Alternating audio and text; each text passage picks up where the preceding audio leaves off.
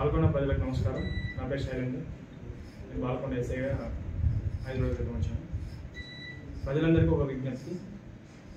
బాల్కొండ ప్రజలు ఎవరు కూడా రాత్రి 10 గంటలు దాటిన తర్వాత బయట తిరగడం కానీ, షాపులు తెరవడం కానీ, తెరిచించడం కానీ, డాబాల్లో బిజినెస్ చేయడం కానీ, డాబాలు తెరిచించడం కానీ చేయకూడదు.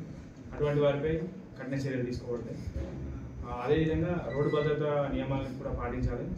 హెల్మెట్ పెట్టుకోవడం, మద్యం సేవించి బండి నడపకపోవడము, ట్రిపుల్ రైడింగ్ చేయకపోవడము, ఈ విషయాల్లో ఖచ్చితంగా రోడ్డు భద్రతా నియమాలు పాటించాల్సిందే.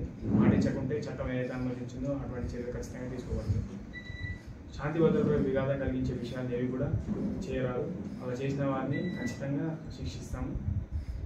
చట్టానికి లోబడి అందరూ పనిచేయాలి. చట్టానికి ఎవరు అతిథులు కాదు. ఖచ్చితంగా చట్టం ఎంతవరకు అనుమతిస్తుందో అంతవరకే పనిచేయాలి. వేరే విషయాలు జరిగిపోకూడదు.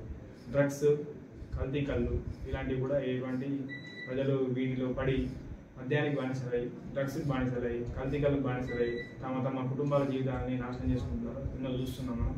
సో బాల్కొండ ప్రజలకు మనస్పూర్వక విజ్ఞప్తి ఏంటంటే వాటి జోలికి వెళ్ళకండి. మీ ఫ్యామిలీ మీకు అన్నిటికన్నా ముఖ్యం. సో ఖచ్చితంగా మీరు అవన్నీ పాటించద్దు. తీసుకోవడం అవన్నీ నిషేధము. చట్ట ప్రకారం కూడా చాలా చాలా కఠినమైన శిక్షలు ఉన్నాయి ఈ కొత్త చట్టాల్లో, NDPS యాక్ట్లో కానీ. సో నేను కోరుకుంటున్నది ఒకటే, ఆ డ్రగ్స్ని ఖచ్చితంగా మీరు వాడడం అనేది తగ్గించాలి. ముఖ్యంగా